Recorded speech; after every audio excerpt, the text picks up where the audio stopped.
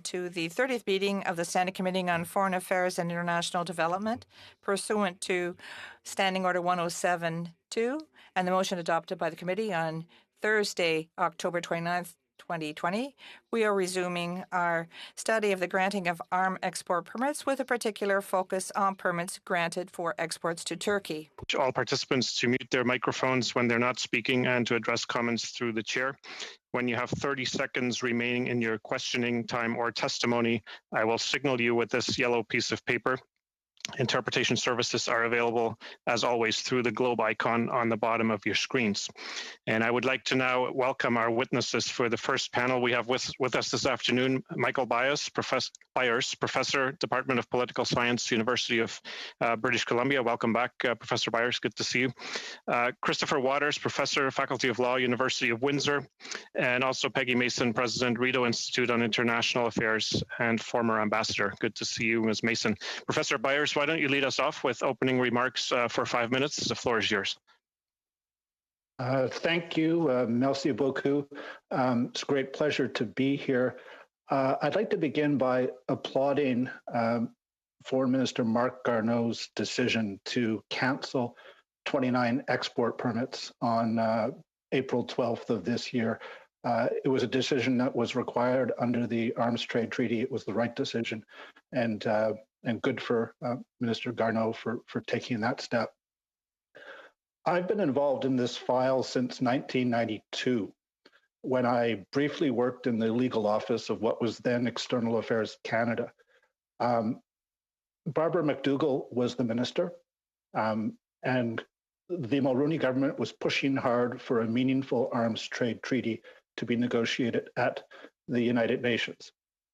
That treaty did not come into effect until 2014, but it was in large part as a result of continued Canadian diplomacy and strong multi-partisan support. This is not a partisan issue. We've been pushing for a meaningful arms trade treaty for 3 decades across all governments.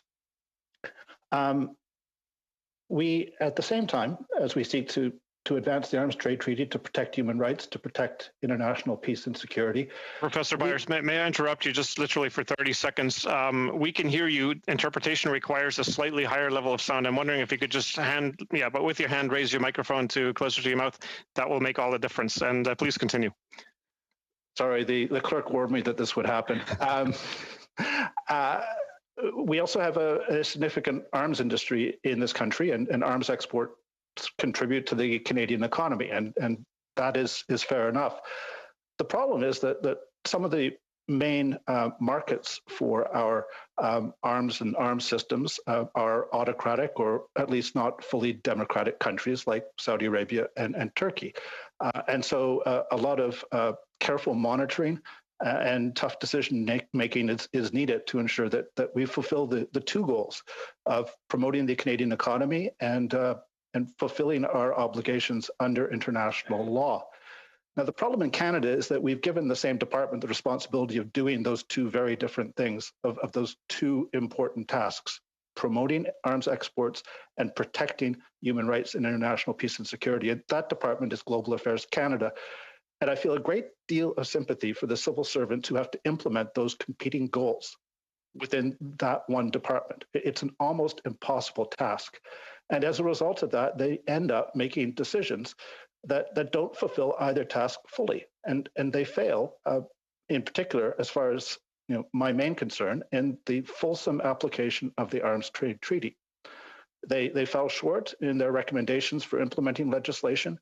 Thanks to this committee and your colleagues in the Senate, the resulting improvements in that draft legislation have brought us closer to full implementation. So thank you for that. But in terms of the actual implementation, they also make mistakes. They interpret the implementing legislation very narrowly.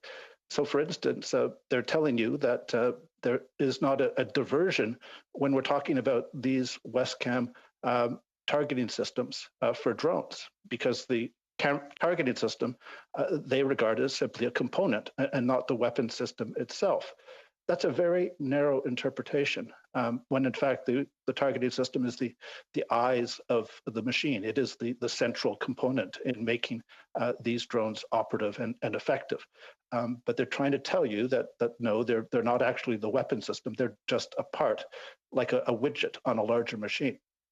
They are also looking at circumstances in very narrow temporal and geographic scope. So a narrow sliver of northern Syria is the focus of granting an exemption to a suspension of licenses.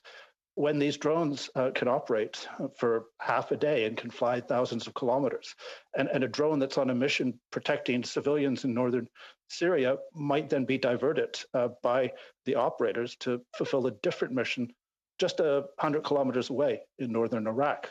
So looking at narrow geographic scope, looking at narrow temporal scope, thinking about these drones and their operations and these targeting systems in terms of a month or maybe a year, and not realizing that the operators of these systems will be operating them for a decade or more.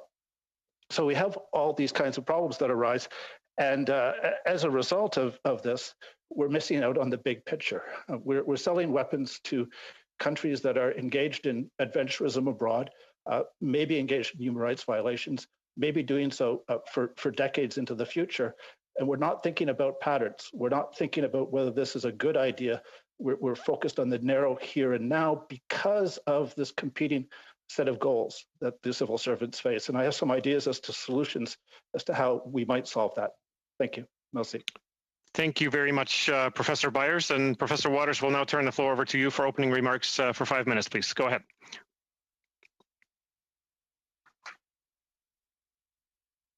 Good afternoon, bonjour, and thank you for the invitation.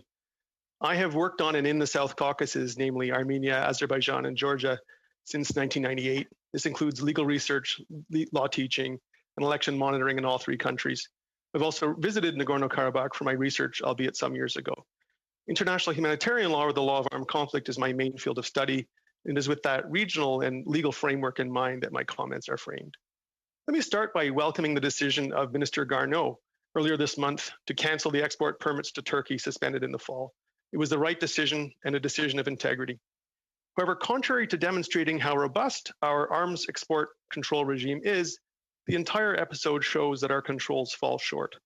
My conclusion is that there was no basis for Canada to trust the Turkish regime with Canadian-made weapons in the first instance, and that we need to move towards a more proactive way of assessing our arms exports. As you know, the ATT and Canada's implementing legislation is the directly applicable legal framework. One of the problems as we learn to apply the framework, however, is that relevant considerations for determining whether substantial risk exists that Canadian-made weapons be used to commit serious violations of international law are not spelled out. Global Affairs Canada has set out a definition of substantial risk, but relevant specific considerations regarding risk assessments are not identified. Nonetheless, there is best practice out there. For example, the International Committee of the Red Cross, even before the ATT, provided a list of proposed indicators states could use in assessing the risk that arms exports might be used in the commission of serious violations of international humanitarian law. In other words, the substantial risk test or the value of mitigating measures need not be so open-ended as is currently the case. Practical questions to ask, as suggested by the Red Cross, include whether the recipient maintains strict control over its arms and their further transfer, whether a recipient which has committed serious violations of IHL, international humanitarian law, or has taken all feasible measures to prevent violations, and whether the recipient country has in place the legal, judicial, and administrative measures necessary for the repression of violations of IHL. Let's apply some of these suggested criteria to Turkey. For starters, we know from Libya that Turkey has not maintained strict and effective control over its arms. Second, while the drafters of Global Affairs' final report on the review of export permits suggests that, quote, the Turkish military is a professional army that acts in accordance with its international obligations, end quote, military coups, attempted coups, and purges are regular features of Turkey's modern history. Further, as the Erdogan regime becomes more bellicose at home and abroad, credible reports of IHL violations by Turkish and Turkish-backed fighters have been revealed in recent years, including in Syria in the fall of 2019. Now, perhaps all of this would lead us to a proceed with caution type of approach rather than a red flag if there was democratic oversight of the Turkish military domestically. However, After all, every country has challenges when it comes to military oversight. Nonetheless, Turkey is in the hands of an authoritarian government with little respect for human rights. The judicial harassment of civil society actors is well known, and the judiciary itself has been compromised through purges. There is no true domestic oversight of the Turkish military or executive. Let me turn back now squarely to the Nagorno-Karabakh conflict. The conflict was never frozen. It was a simmering one that frequently boiled over and in most years left scores of casualties. It was also a conflict with long-standing Turkish support for Azerbaijan. The Turkish state has proven itself intransigent on any real desire to repair the relationship with Armenia, and meanwhile, the relationship with Azerbaijan has only been strengthened in recent years for cultural and strategic reasons. Turkey trains officers in the Azeri armed forces. It supplies weapons to Azerbaijan, and it holds military joint exercises with Azerbaijan. So if the arms sales to Turkey, and I would say Saudi Arabia as well, reveal weaknesses in our control mechanisms, how can we do better? It's clear from previous testimony before this committee that Global Affairs engages in consultation with industry partners. What about consultation with human rights or other civil society groups? Why is it up to journalists, NGOs, and diaspora communities to bring violations of end-user agreements to Canada's attention? In the case of the South Caucasus, part of the problem is that we have no real presence on the ground, no embassies, and frankly, little diplomatic capital. But the absence of local intelligence should make us even more vigilant in assessing regional partnerships and the likelihood of arms sales or transfers. Other witnesses appearing before the committee have noted that there are competing interests. Some have labeled it a conflict of interest between promoting Canadian-made defense products and abiding by our global commitments. One thing is clear: the current system can lead to diplomatic setbacks when permits are suspended or canceled, and hurt feelings in significant diaspora communities, in this case, the Armenian diaspora community. This surely is not good for Canadian business or good for our multicultural polity. Possible solutions include routinized parliamentary scrutiny, independent oversight or expert opinions, and at the very least, structured consultations with civil society groups, and more concrete criteria to apply the substantial risk test. Thank you, merci. Professor Waters, thank you very much. We'll now turn the floor over to Ambassador Mason for 5 minutes of opening remarks. Please go ahead. Thank you. Thank you very much. Let me first express my deep dismay and solidarity with the people of India as they struggle with this terrible pandemic. And let me next associate myself with the remarks of the two previous speakers. Here today, I want to briefly look at how Canada... Aujourd'hui, je veux parler de l'évaluation canadienne du risque en se concentrant d'abord sur l'Arabie saoudite et puis la Turquie. Many allies have now suspended or banned their arms exports to Saudi Arabia because of their potential use in the devastating Yemen conflict, with the Biden administration being the latest example. Going by Canada's now infamous April 2020 report, ending the ban on new export permits for LAVs to Saudi Arabia just when the existing permits were running out, Canada would no doubt respond, if they had publicly responded, which they did not, that the US case is different because they were providing weapons being used in the Saudi airstrikes that are implicated in so many human rights abuses, up to including war crimes, conveniently ignoring all the evidence of grave human rights abuses against innocent civilians involving ground forces, including Saudi-led forces. How does Canada explain the 2019 Belgian government ban on the export to Canada of gun turrets, extended in February 2020, because they were destined for incorporation into Canadian armored vehicles, LAVs, headed for Saudi Arabia? Clearly, Belgium does not subscribe to Canada's cynical analysis of substantial risk. Canada is trying to ignore the meaning of a substantial risk of facilitating serious human rights violations, pretending that there must be direct evidence of the use of a Canadian export to commit an atrocity, rather than direct evidence of a substantial risk that Canadian exports will be used to commit or to facilitate such atrocities. To help export control agencies in their national assessments, and the professor referred to this as well, the second professor, there were two professors here today, There is a growing body of international best practice being developed. He mentioned the ICRC. I refer to a very recent collaborative work by Harvard Law School in which global affairs officials were consulted. They specifically reference in their report the use of armored vehicles to transport women and girls to places of sexual violence and abuse. They go on to say, facilitate is a broader concept than commission. To facilitate gender-based violence means to make an act of gender-based violence easier to commit or occur. Facilitation can encompass a wide range of acts, in some cases several steps removed from the harm itself. Canada's fundamental misunderstanding of what is required for a proper assessment of substantial risk in relation to human rights violations is glaringly indicated by this response given by Assistant Deputy Minister Bruce Christie on 13 April before this committee regarding the Westcam exports to Turkey, and I quote, "However, when we assessed the permit applications and whether they had contributed to human rights violations, we didn't look at whether human rights violations had been impacted in the region. We looked at whether the Canadian technology contributed to any human rights violations or any violation of international humanitarian law. In the Export and Import Permits Act and the Arms Trade Treaty criteria that are now enshrined in the Act, we do not have the legal right to look into human rights violations writ large. We look at whether human rights violations were caused as a result of the Canadian export of military technology. That is completely wrong. It is necessary in assessing risk to look at the overall situation of human rights violations. Without doing this, it is impossible to assess the risk of potential Canadian violations. All Canada is doing is assessing evidence of direct past use with Canadian equipment, and this is not the proper test. It's like trying to determine if Canadian exports will be destabilizing in a vacuum without looking at the overall conflict situation.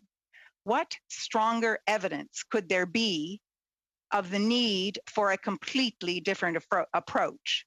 In summation, I refer members of the committee back to my first appearance before you on this study, where I concluded my presentation with a call for an independent expert agency to impartially administer our arms exports in full accordance with Canadian and international law, while in the meantime, immediately and finally beginning consultations on the creation of an arm's length advisory panel of experts promised in April 2020, and mandating an independent expert legal opinion on compliance with Canada's international legal obligations as an integral part of the current global affairs export permit application process. Thank you very much. Thank you. Thank you very much. I'd like to thank all three of our witnesses for their opening statements. Just a quick reminder as we go into the discussion for those of you that are using inline microphones to keep them as close to your mouth as possible. We're doing quite well on sound quality this afternoon, so no major concerns if we just keep doing what we have been. We will now go to our first round of questions. They consist of 6-minute segments, and the first one goes to Mr. Chung. Please go ahead. Thank you, Mr. Chair. My first set of questions is for Professor Waters. I'd like to ask him about what we knew in September of last year about the conflict in the Caucasus. There was a briefing note to the Minister of Foreign Affairs in mid-September in preparation for his meeting with his Turkish counterpart.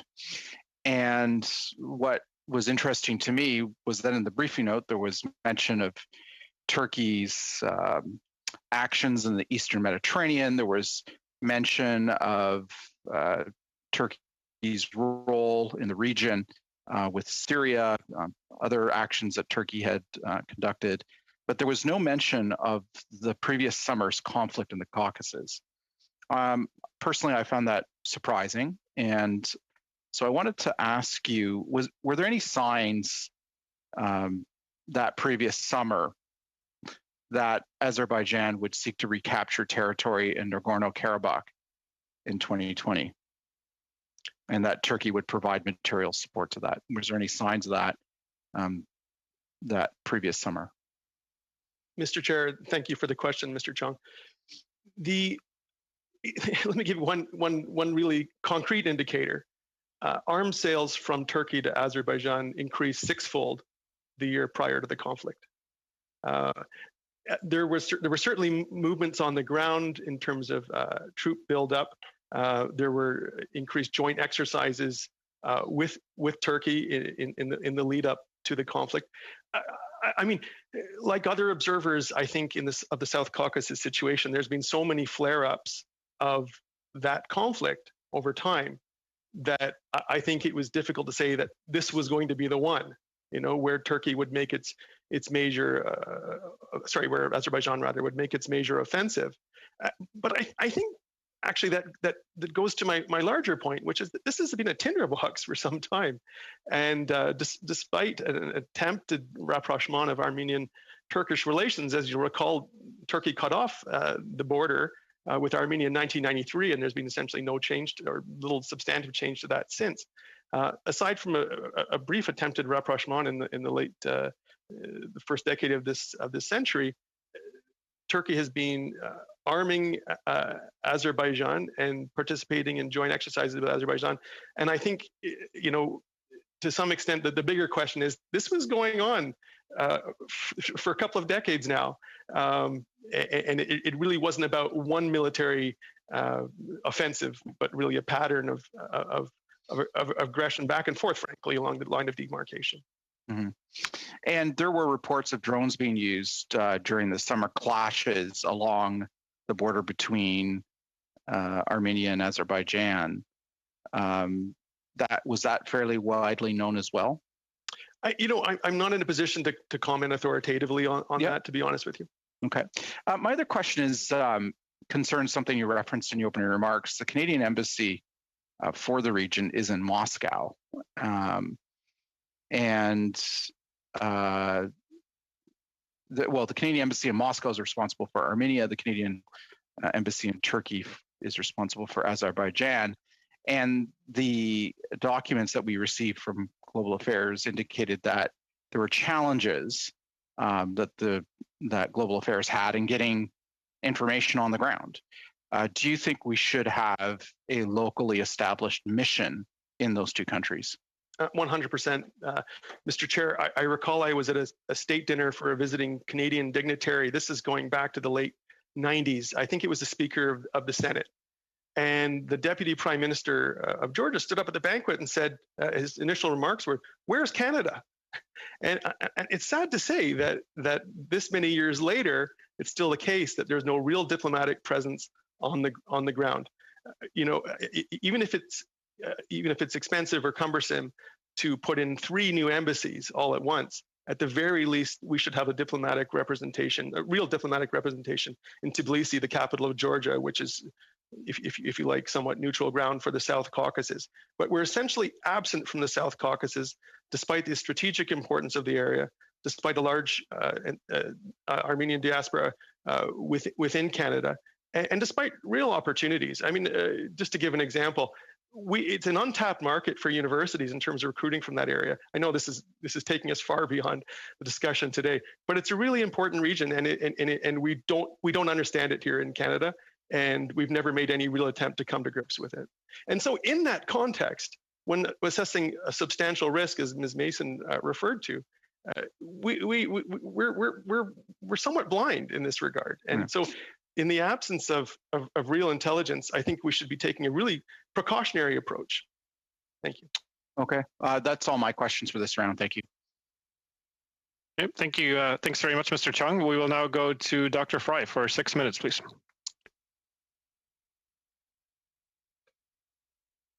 Thank you, Chair, and thank everyone for very excellent but very thought-provoking presentations. For me, I think we've heard from Ms. Mason about the sort of conflict of interest. We've heard from Michael Ryes about the conflict of interest, and we've heard from Ms. Waters about the conflict of interest. And I think that this is complex. And conflict of interest is inherent in almost everything. And so I wondered if you could give me some answers. One, I'd like Mr. Byers to eventually, if he can, because I'm trying to keep my questions as short as possible so you can get an opportunity to answer. What are your suggestions for dealing with a conflict that you mentioned in your presentation? But I also wanted to ask Mr. Walters and Ms. Mason a question about conflict. We think that Turkey is an essential ally when it comes to fighting Daesh and when it comes to dealing with all of these issues. So there's that piece there that says, oh, Turkey's a good ally. Turkey's working with us to defeat the Daesh. Then we see when Turkey goes after Syria in terms of its leader, Assad, we're all happy for this. And then Turkey goes ahead and does something that we don't necessarily agree with in terms of our values. And so the big question is, how do we resolve that essential conflict, which is a big part of the conflict? Turkey's good guy here, but there's a bad guy there and whatever. And it is a conflict that has to be reconciled. How do we do that? And I just wanted to comment on the Nagorno-Karabakh issue. I'm the Canadian head of DEL for the OSCE EPA, and I can tell you that we, all of us on the OSCE Parliamentary Assembly, kind of every meeting, it would be Armenia saying la to Azerbaijan, saying blah to Armenia. And so everyone saw this as an ongoing animosity, anger, banging shoes on the table, etc. So no one was prepared for what is called a frozen conflict, which really isn't a frozen conflict. No one was prepared for this flare-up to occur when it occurred in summer. So I think, therein lies that conundrum. How do you pay attention to some people who continue to shout at each other and threaten each other, and then nothing happens, and then suddenly something happens? So my question is, how do you resolve these inherent conflicts in how this plays out in the region? How do we inherit? So, Mr. Byers, maybe, if you don't mind, can you tell me your recommendations for the economic versus values conflict? Well, thank you, Dr. Fry, and it's very good to see you again. Nice to see you, Michael. I have a couple of recommendations. One is that the Minister for Foreign Affairs has to clearly instruct his civil service that Canada's obligations under international law have to be kept foremost, and that they must be given a robust interpretation consistent with 30 years of Canadian foreign policy in pursuit of a meaningful arms trade treaty. So ministerial instruction that the arms trade treaty comes first. I would also strongly endorse Ambassador Mason's recommendation that an independent agency be built to remove this conflict of interest from these civil servants who try very hard and are not successful in balancing these goals. The other thing I would say is that I think it's really important that we develop expertise not only in the region, in the Caucasus, but also in these new weapon systems and the considerable impact and difficulties they will raise in the years and decades ahead. These WESCAM targeting systems are among the very best in the world, and they're the only ones that are not made in the United States or Israel that a country like Turkey has access to. They're really, really good, and they are the heart of these drone systems. And these drone systems are proliferating. So we've seen them in Nagorno-Karabakh, we've seen them in Libya, we've seen them in Yemen. And just to mention this, WESCAM sells these targeting systems to Saudi Arabia. So it's possible that they are being used in Yemen. So we have a proliferation issue here, and Canada is at the heart of it because these extraordinary systems are being built in Ontario. And so the foreign ministry has to get on top of this and has to have experts in weapon systems in the region. It has to have people on the ground. We have to do this properly because otherwise we will be contributing to suffering and destabilization. Thank you, Michael.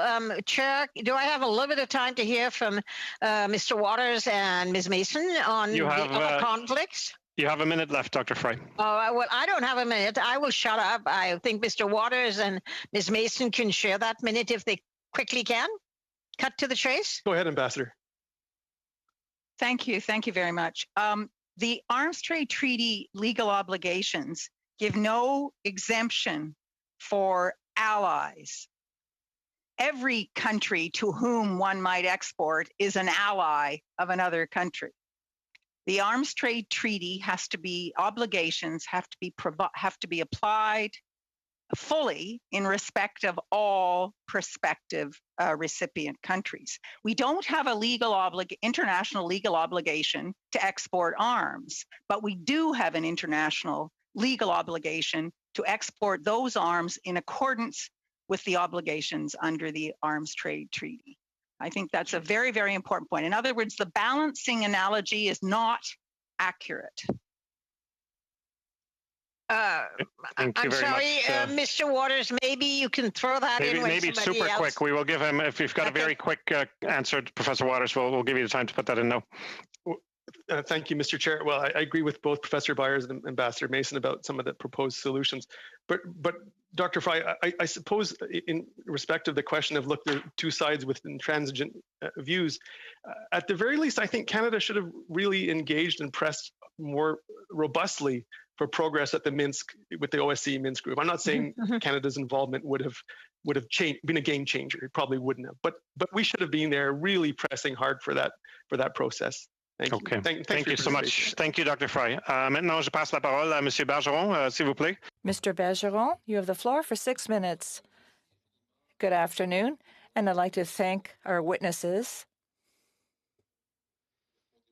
for their much appreciated contribution. Unfortunately, we don't have enough time to really ask in-depth questions, but I would like to ask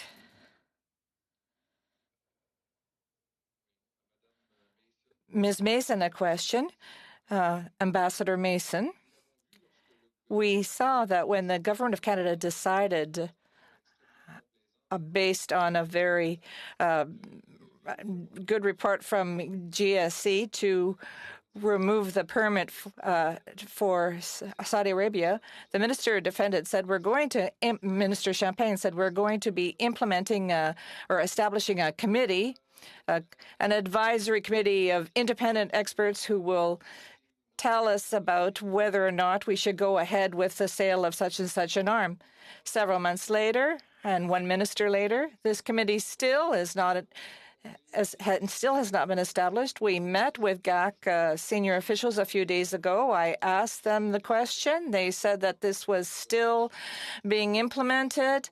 However, a certain number of organizations, civil society organizations, have written to the minister to say that they would like to be part of this committee, but they have had no response from Global Affairs whatsoever. And civil society has shown an interest in this. Do you think that the attitude of the department with respect to the establishment of this committee shows that they just seem to go on as they want? Yeah, I can only say one word. Unfortunately, the answer is yes. Civil society never even had an opportunity to be consulted in virtual format with respect to this infamous panel of experts. So we have not seen any indication of seriousness. I was talking about a report from Global Affairs authorizing the removal of the ban on export permits for Saudi Arabia. We also had a report on sales to Turkey, sales of military equipment to Turkey. The report said that there was no substantive risk and that the technological material was going to be used, was going to not going to deal with the Commission of Human Rights Violations. But given this report regarding the sales of military equipment that was used in Nagorno-Karabakh and possibly in Syria and Libya, how can we say that this is not having a negative impact on peace and security and decide that we're going to put an end and that we are not going to go ahead and put an end to these permits if, in fact, these exports do not really have an impact on peace and security. Why are we deciding if they have no impact on this? Why are we all of a sudden deciding to suspend this or ban this? Is there not a contradictory position here for Canada? In English, if you'll permit me to do that. I'm too rusty. I do apologize. Yes, there's an absolute direct conflict. And I think the difference is quite clearly because the Globe and Mail got evidence on the ground. They hired someone on the ground to take those pictures of the Westcam, of the captured Westcam technology, and it just couldn't be disputed. And while there's an abundance of evidence with respect to Canadian complicity in human rights violations in Yemen, using Canadian-made equipment, Saudi Arabia using it. There isn't a smoking gun. It's not as direct. I mean, and so Canada. I mean, there are many, many, many photos, but the photos are unofficial, and you don't have the kind of statements that the Globe and Mail was able to make. So unfortunately, even though there is a huge amount of evidence, I mean, there's another factor too, and that is Canada says, when you finally show photos and show that labs have been involved, they say, those are old labs. They're not the new ones that we're exporting. An extraordinary statement, but even if true, the contract also includes service and maintenance, ongoing service and maintenance of older vehicles. So there again, Canada is complicit. But they clearly want to. They're looking for any possible way to not stop these exports. And I think it's really, really important to understand that Canada is one of the few. We're almost the last. Canada and France, the last. Exporting nations standing when it comes to this. It's not the norm. Most of our allies have stopped some time ago. Est-ce qu'il y a l'un ou l'autre? Do any of the other two witnesses wish to add to this question? Mr. Byers has his hand. Mr. Chair, if I could just say very quickly that in terms of international peace and security, the government of Canada knew as early as 2019 that Turkey was violating the United Nations arms embargo in Libya, and that it was doing so with the type of drone that is in fact built around the Westcam system. So even though they did not have proof that Westcam equipment was being used in Libya, there was certainly within the expert community no doubt whatsoever that we were implicated there, and that should have been enough to stop the issuing of further arms export permits to Turkey. Merci beaucoup. Merci, Monsieur Bergeron. Thank you, Mr. Bergeron. Mr. Byers, we will now turn the floor over to Mr. Harris for the final round of 6 minutes. Please go ahead. Thank you, Chair, and thank you to our witnesses. First of all, Professor Byers, and it's nice to see you again after so many years intervening, and thank you for coming to the committee. You talked about the necessity for the current minister, Mr. Garneau, to ensure that there's a robust assessment of risk by Global Affairs Canada. One of the constant mantras of the previous minister, and even being told by officials of it within Global Affairs, is that we have one of the most robust arms control systems in the world. Is there any credibility to that assessment, sir? Thank you for that question. It's good to see you again.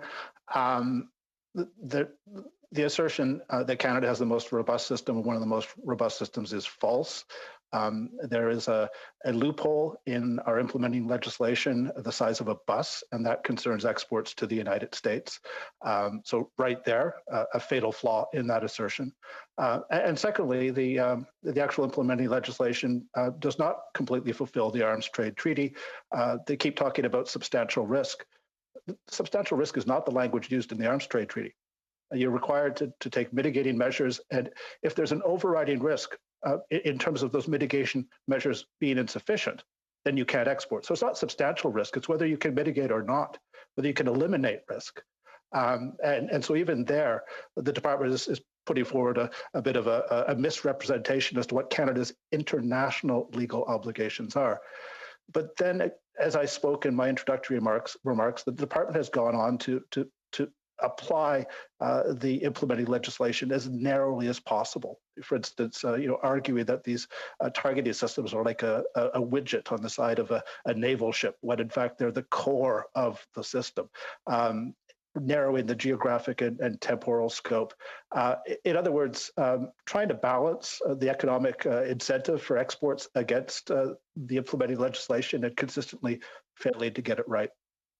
And what do you make of the some of the exemptions that were developed over the course of, well, going from what allegedly was a ban in October of 2019, which wasn't a ban at all. In fact, the department it wasn't able to articulate what had been decided because there was no memorandum on it, to in April easing and doing them on a case-by-case basis with exceptions, exemptions that included the good relations with the bilateral relations with partners.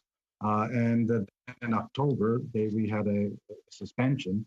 All of this very fluid kind of information with apparently no real control. What do you make of all of that? Oh, I think it's mostly smoke and mirrors designed to mislead people like you. So, for instance, suspending the granting of new arms exports without touching existing arms exports really wasn't accomplishing very much, apart for enabling the department to say that it was doing something.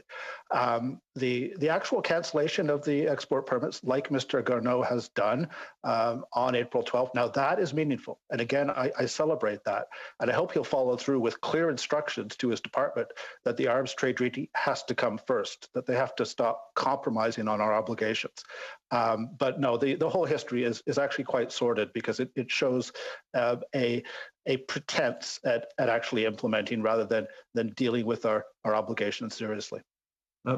Professor Waters, I have a question. You obviously talked about the relationship or the goings-on in Nagorno-Karabakh, but the department seemed to be making the case that they didn't know anything that was going on in Azerbaijan until September, until they read Project Plowshare's piece, etc.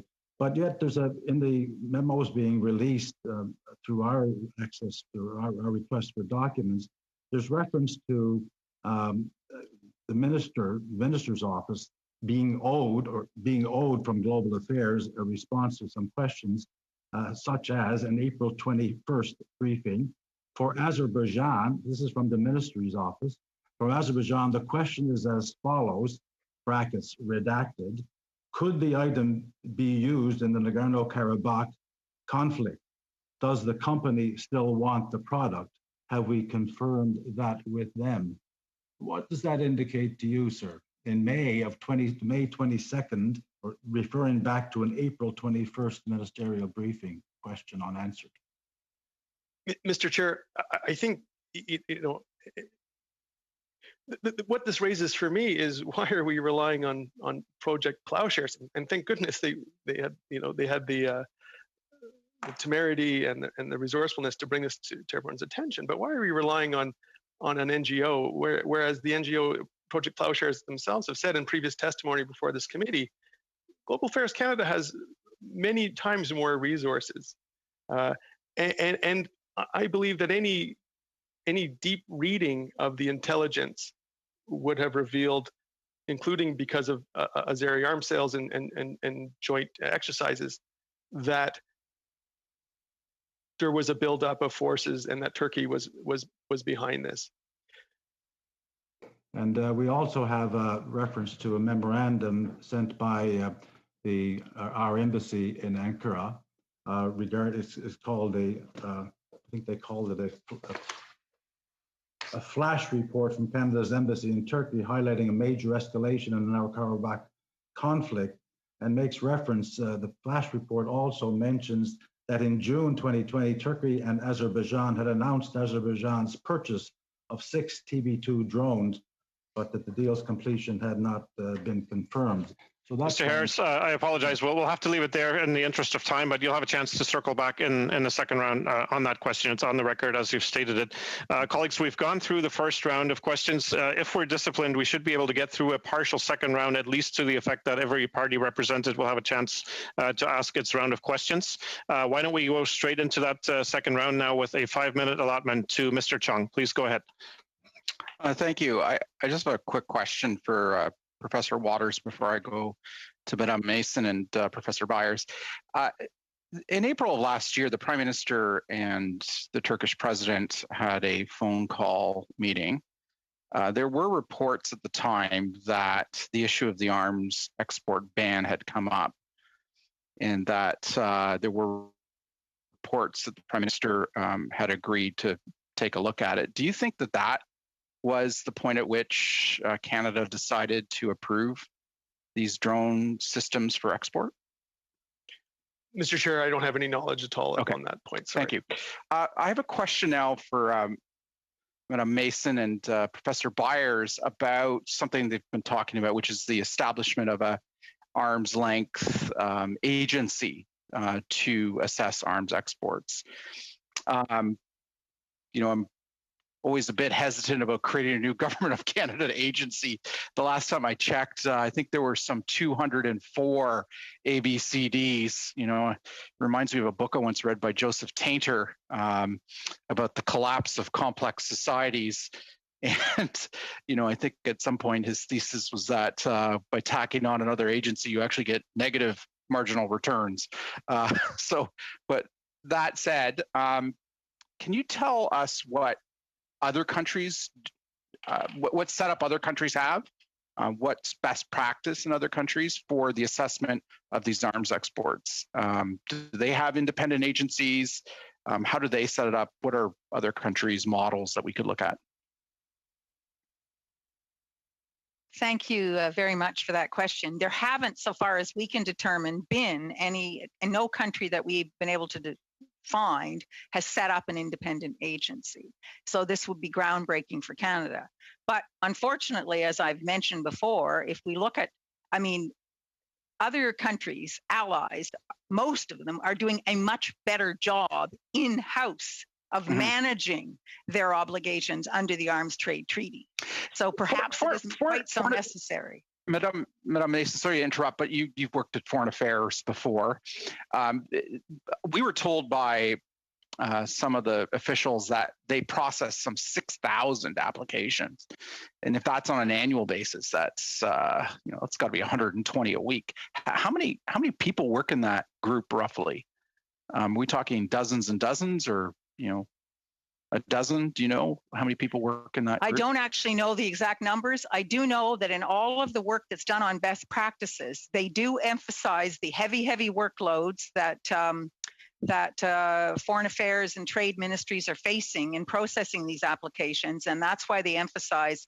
And there are best practices that set out. Here are the questions to ask, 4 questions to ask, then proceed to this, then proceed to this. So there are ways to routinize and systematize to make the workload much more manageable. But Canada's problem is, and that's what I tried to emphasize in my testimony, is that we haven't got the fundamentals right.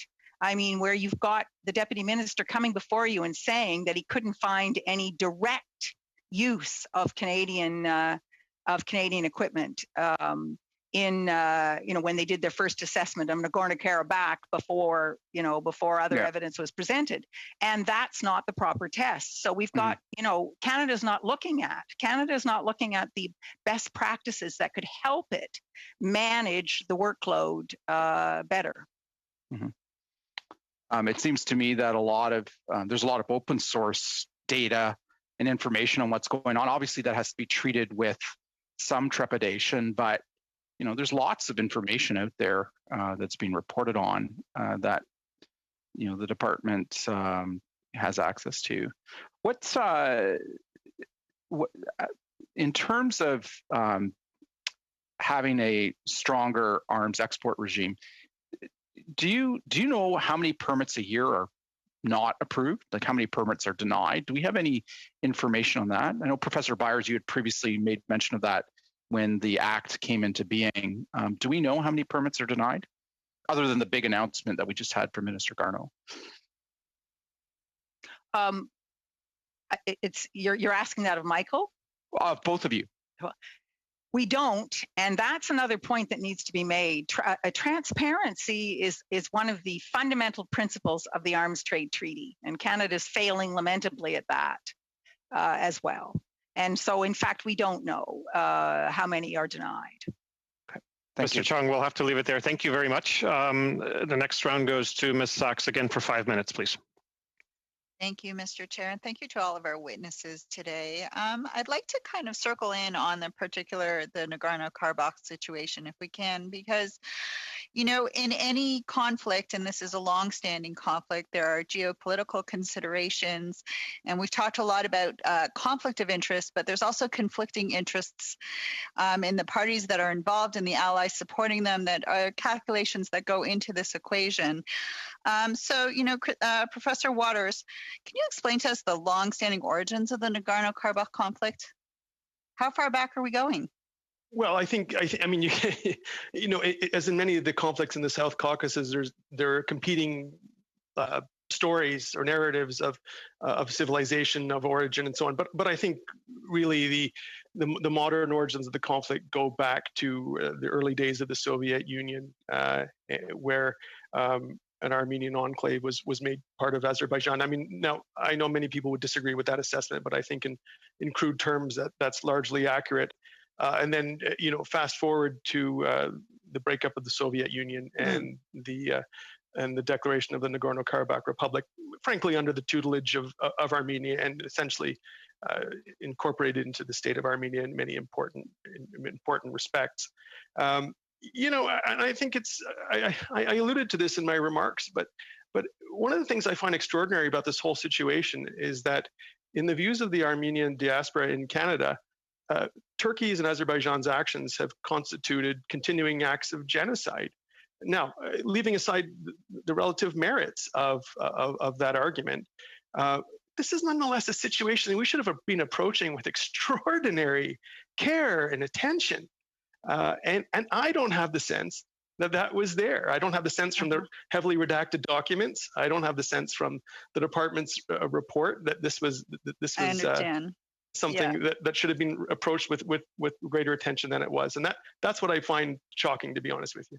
Oh, okay, and very well. Well, in the beginning of November 2020, there was a ceasefire reached between the parties, and considering all the factors involved, and you know, also there's a whole Russian component to this that we haven't even gotten to yet. What are the chances of the ceasefire being sustainable? I think the ceasefire is probably sustainable for the next 5 years, the term of the agreement. The Russian peacekeepers were quickly put into place, and unlike previous attempts at ceasefires, this one appears to be holding. There are you know, numerous problems, including the fact that it appears that Azerbaijan is still holding Armenian prisoners of war, that civilians are still being presented freedom of movement. There are property restitution issues, but I think by and large the ceasefire is holding and is proving effective. And what role would you see Canada playing in maintaining that peace right now? We talked about the absence of Canada, but you know, let's talk about, you know, the role of Canada.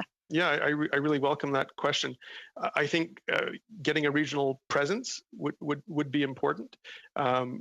You know, having an actual dialogue, for example, with the players, not relying on tweeted photographs of Westcam censors, but having actual dialogue on the ground with ministries of foreign affairs in Armenia, Azerbaijan, and Georgia, for that matter, as well, would be important. Continuing to press for a long-term peaceful solution to the issue, one which moves us past binary notions of sovereignty, and it's a long road ahead, and in many ways the window is closed, but I believe it's the Canadian way to keep trying for a peaceful resolution of this and other disputes. And I think we've never fully committed ourselves to dialoguing with the countries of the South Caucasus to move the needle on this at all. Chair, how much time do I have? You have a minute left, Ms. Sachs. Okay, I'd like to pivot a little bit to Professor Byers, if I may, switching back to the geopolitical concerns. You know, obviously, again, I hearken back to conflict of interest versus conflicting interests and where Canada places itself in all of this. You know, what role did Russia play in this conflict, you know, since 1988 in the post-Soviet era that Professor Waters referenced to? There's been a lot of machinations of all of this, but, you know, we also have to consider our role vis-a-vis the Russian role in the region with Armenia. You know, do you have anything to comment on that? The only thing I will say is that there are some very high stakes involved in the region. You know, Russia, for instance, very active in Syria, and not just in the Caucasus. Mm-hmm. But I should say that perhaps our first goal should be to avoid adding fuel to the fire. And these systems, these WESCAM systems, are fuel to the fire because they enable the countries that acquire them to conduct raids into foreign territory at no risk to a pilot's life. They're essentially covert and they're highly dangerous as a result. And it just so happens that an American-made company produces these extraordinary systems in Ontario, and we allow them to export to almost anywhere, and we need to tighten that up. Thank you. Thank you very much, Ms. Sachs. We have two quick rounds left to be asked, 2.5 minutes each. La première est à Monsieur Bergeron, s'il vous plaît. La parole est à vous, monsieur. Mr. Bergeron, you have 2.5 minutes. I'll be relatively brief. We saw that the mechanism set up by Global Affairs before authorizing the export of arms is rather lax, if not complicit, and we see that there's not any other mechanism, such as the ones used by Switzerland and Germany. They have a verification system set up post-sales. So how can GAC continue to say that Canada has a good control regime and the most rigorous system in the world for controlling arms? I'm happy to take a crack at that question. Look, we do need to look at best practice, and some of our European allies represent that best practice. And if that means we need to staff up the relevant parts of Global Affairs Canada, then that's something we should do. This is an industry that's worth billions of dollars in exports each year, and it also directly implicates our global reputation as a country that supports human rights. So this is important. We should staff up. We should be able to do it properly. And if it turns out that Global Affairs Canada cannot do this effectively and justly with those additional resources, at that point, we should consider establishing a separate agency to take over the job. Thank you. And if I can just jump in on that too, the Arms Trade Treaty actually requires ongoing monitoring after the export takes place to ensure that the end use and the end user are respected. And the company that, you know, the industry has a role to play here. And Global Affairs at one point when the ATT came into effect the Director General of Export Controls did make a very good statement to industry saying, look, you've got to get on the ball here and you've got to know what's happening yourself. Because many of these products, there's ongoing servicing. So the company is in a position, it'll have people on the ground to also monitor what's going on. And they have to take that seriously as well as Global Affairs. Sur cette même question, Ms. Mason, on the same issue, Canada looks at the OECD mechanism and says that the company has to avoid being the cause of negative impacts on human rights and in your opinion, does Canada meet the requirements? No, that's the brief answer. We're not. We're not. We have nothing to be proud of here. Merci beaucoup, Monsieur Bergeron.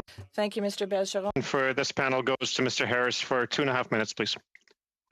Thank you, Chair. And Professor Waters, if you want to answer that the previous question about the knowledge coming from the Turkish embassy, and could you briefly add whether or not you think that Canada should have to pursue the dialogue you talked about, embassies in Yerevan and Baku to be able to carry out that work? Thank you, Mr. Chair. You know, I recognize that in the era we're in, where we're not expanding in a massive way our diplomatic presence, that maybe the only embassy we put in is in Tbilisi in Georgia, but at least we would have our presence in the ground, and one that was on somewhat neutral territory. Structurally, even putting the Azerbaijan interests into Turkey and putting the Armenian ones into Russia sends some really odd geopolitical messages, frankly. So I think the dialogue on the ground would be really important. Let's show up, and an embassy in the region would be a good place to do that. Fair enough. Professor Mason, can I ask you a question? You talked about the application of the assessment. Is the legislation adequate? Number one, or do we need to change that, or change the method of assessment? And secondly, Professor Byers talked about the dangerousness of drones. Is there any special considerations that should be given in dealing with the arms export for drones, or the kind of drone technology we're talking about here? That's the essence of the drone, essentially. Could you reflect on that briefly, please? I think I have a slight disagreement with Michael Byers, Professor Byers, with respect to the substantial risk. I mean, in my view, we're both lawyers. Lawyers can argue over these things. I think that overriding risk and substantial risk are both equivalent terms. The problem with Canada is that we don't actually assess substantial risk. We assess evidence of direct use. Which is not, as I said, the proper test. And I think I would associate myself with the other statements that have been made on the drones, that, when you've got this kind of technology, and I think one witness, Besma Momami, said, it's a game changer in terms of the way it can impact on the conflict. I think extra care is extra precautionary principle application, to use Professor Waters' term, is warranted. Mr. Harris, thank you very much. We'll have to leave it there in the interest of time and our second panel. I'd like to thank our three witnesses for being with us on our collective behalf. Thank you so much for taking the time, for bringing us your expertise and your testimony. We'll let you disconnect. And Madam Clerk, if we can just suspend briefly to sound check our second panel, and then we'll resume the discussion. Merci beaucoup, and thank you so much.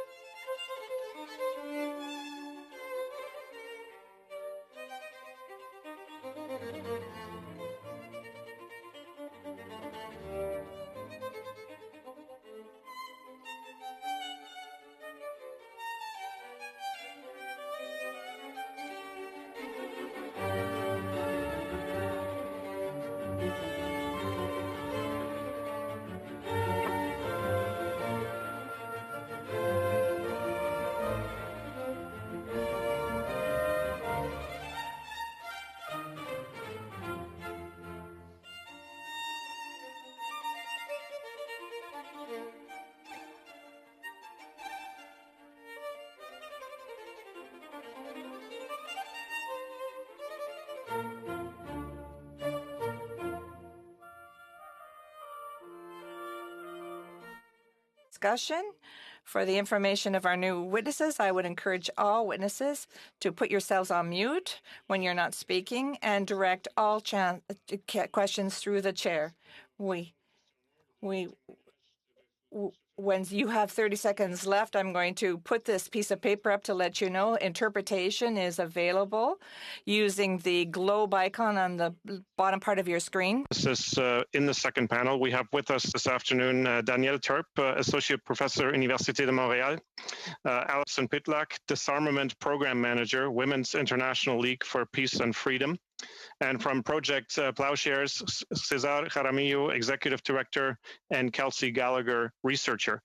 Professor Turp, I will ask you to begin with opening remarks for 5 minutes, please. La parole est à vous. The floor is yours. Thank you, Mr. Chair.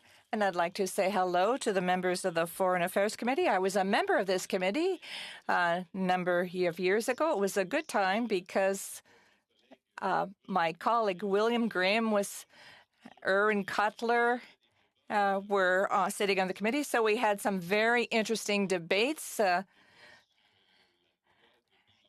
And we talked about the Statue of Rome treatment for the International Court. Philip Giersch became the Speaker of the International Court. So I'd like to make some brief comments, and then I'm going to have to leave at 5 o'clock. Unfortunately, I can't stay until 5:30 for personal reasons.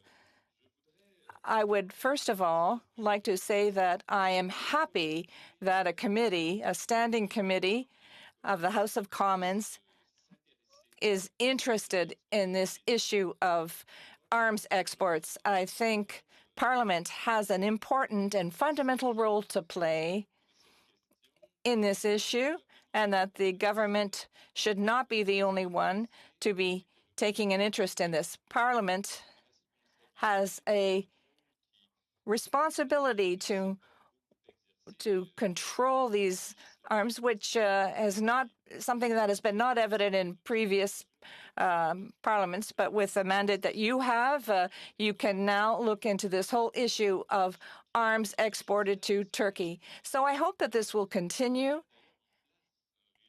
I hope that we will set up a system where Parliament will be seized with these issues of arms exports. This shows transparency, it's democracy, the importance that the government gives to Parliament in implementing a treaty, such as the Arms Trade Treaty. This is all about complying with the legislation on exports and imports, which is implementing this ATT. So that's my first comment. My second comment is as follows. I'd like that the committee during this study rule on an issue that was raised when a parliamentary committee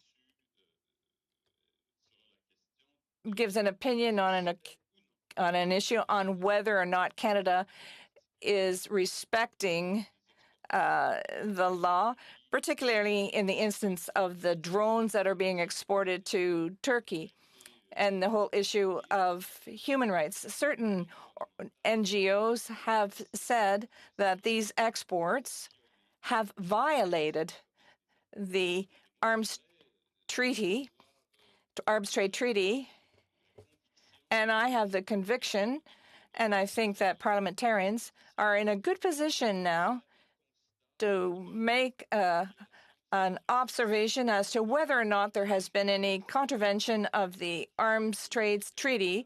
The fact that Canada, when it could have, did not defend these export permits and constitutes a violation of human rights.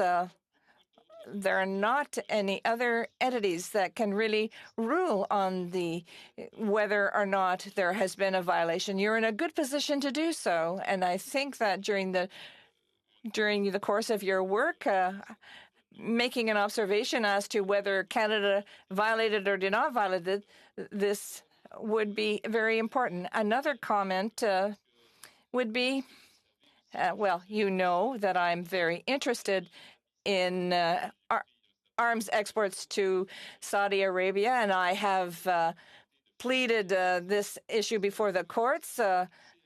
And I think it would be interesting for the committee members to look into this issue because there's a double standard when it comes to monitoring licenses and granting them.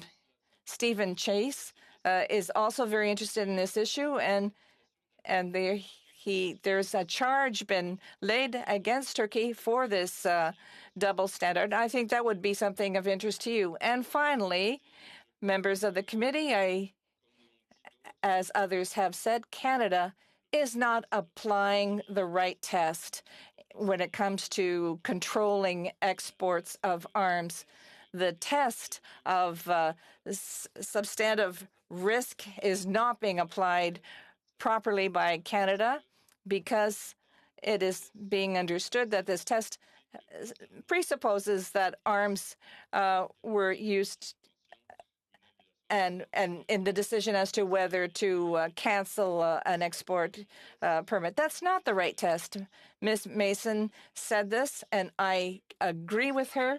I think that you need to look into this issue on the interpretation that must be made both in the legislation and in the Arms Trade Treaty. Thank you very much, Mr. Chair.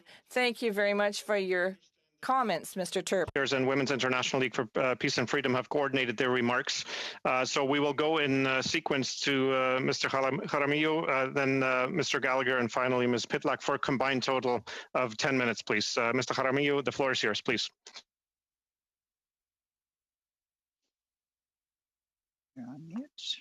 Thank you, Chair. Thank you, Chair. Thank you very much for having me here. When Project Plowshares appeared before this committee last December, you heard that Canadian arms exports to Turkey were being unlawfully diverted to the conflict in Nagorno-Karabakh. Given the weight of the evidence, we argued that all relevant export permits had to be canceled. Global Affairs Canada has since acknowledged these instances of diversion and proceeded to cancel the export permits. So we are no longer trying to persuade this committee of what is now an established truth. But there are important lessons to be learned from this experience, some of which speak to worrying shortcomings in Canadian arms export controls as currently implemented. First, Canada failed to act proactively. It was civil society and the media that first identified and drew attention to Turkey's diversion of Canadian arms exports, not the Canadian government. This raises questions not only about Canada's ability to monitor its own exports, but also about its willingness to effectively implement export controls in the absence of public pressure. Second, parliamentary oversight works, and we need more of it. This study on arms exports to Turkey and the subsequent government decision to cancel the export permits should underscore this point. We commend members of this committee for your judicious work and reiterate our call for the establishment of a subcommittee to monitor compliance with arms export controls.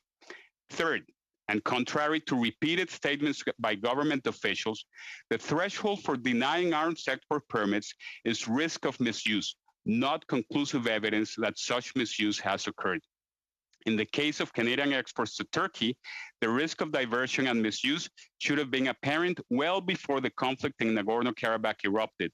Surveillance and targeting sensors producing Ontario had already been found in numerous conflict zones, including Syria, Iraq, and Libya. Fourth, there are important questions about Canadian policy coherence following the cancellation of arms exports to Turkey. Canadian-made weapons are still being exported to recipients such as human rights pariah Saudi Arabia, where there are also clear grounds for the cancellation of export permits. Why this is the case remains an open question that merits further scrutiny. Lastly, let us recognize the legal rationale underpinning Canadian export controls. Despite what the committee may have heard from other witnesses, this debate is not about some ethereal notion of taking the moral high ground, even as there are clear ethical implications to export control decisions. It is ultimately about compliance with the law. And the law, both domestic and international, demands an objective, reliable system that is free from political interference and economic calculations. Kelsey? Thank you, Caesar, and thank you for having us today. Canada's recent cancellation of export permits for Westcam surveillance and targeting sensors to Turkey is a very positive move consistent with domestic and international obligations and sets a concrete precedent applicable to other problematic arms deals. However, the events leading to the cancellation illustrate serious issues in the effective implementation of Canada's arms control regime. Following Turkey's unilateral invasion of northern Syria in October 2019, Canada suspended the issuance of new arms export permits to Turkey. Initially, this appeared to be a proactive move in response to a well-founded risk of misuse of the exports in question. Yet the suspension did little more than temporarily interrupt the flow of weapons to Turkey. Under political pressure from the Turkish government, Global Affairs Canada soon moved to quietly release dozens of the weapons exports that had recently been suspended under a growing list of exemptions.